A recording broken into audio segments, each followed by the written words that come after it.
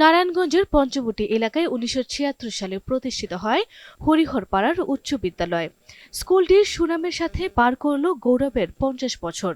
শনিবার ১৭ জানুয়ারি সকালে নারায়ণগঞ্জের পঞ্চবটি অ্যাডভেঞ্চার লেন পার্কে দিনব্যাপী আয়োজিত হয় বিদ্যালয়ের সুবর্ণ জয়ন্তী অনুষ্ঠান।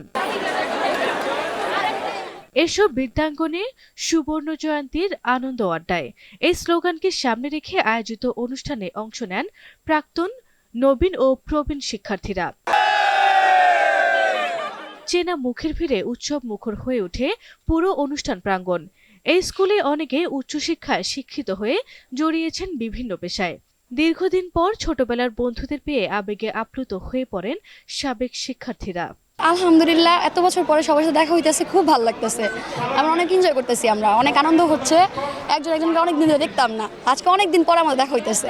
এই যে গেছি স্কুল থেকে, তারপরে দেখাই হয়নি আমাদের অনেকের সাথে।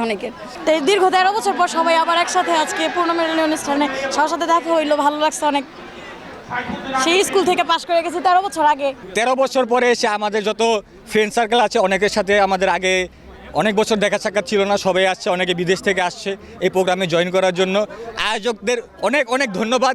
সেটা আসলে ওই সময় আমাদের সাথে অনেক মেয়েদেরই ভালো সম্পর্ক ছিল, কিন্তু ওই রকম কিছু ছিল না, কিন্তু আসলে খুব সুখের এবং মধুর সম্পর্ক ছিল প্রত্যেকের সাথে, এবং আমরা সেটা এখনও অব্যাহত আছে। আমাদের আবেগ ভালোবাসার একটা জায়গা হরিহরপাড়া উচ্চ বিদ্যালয়। 1976 সালে প্রতিষ্ঠিত হয়ে এই বিদ্যালয়টি 2026 এসে 50 বছর পদার্পণ করেছে, পা রেখেছে। তো এই যে আমাদের ভালোবাসা, আমাদের স্মৃতি, আবেগ আমরা আজকে প্রকাশ করতে পারছি। ডেফিনেটলি ভালো লাগছে, বিকজ আমি এই স্কুলের ছাত্র, ছিলাম।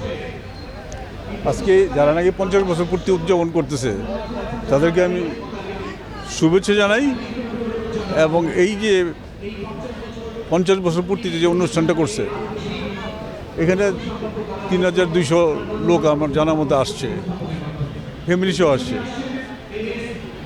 সত্যিকার অর্থে আমাদের এলাকার লোকজন সবাই একত্র হয়েছে। আমরা এর চেয়ে খুশি আর কি থাকতে পারে।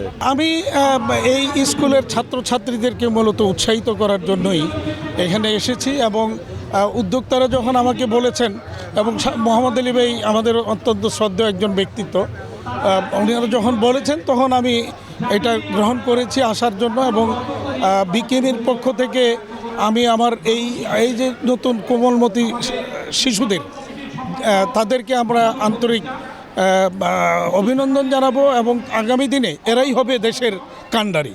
তো সুতরাং তাদেরকে নৈতিকতার মধ্য দিয়ে, সততার মধ্য দিয়ে লেখাপড়া শেষ করে দেশের যে দেশাত্মবোধ, সেই দেশাত্মবোধটার জন্য তাদের মধ্যে জাগ্রত হয়।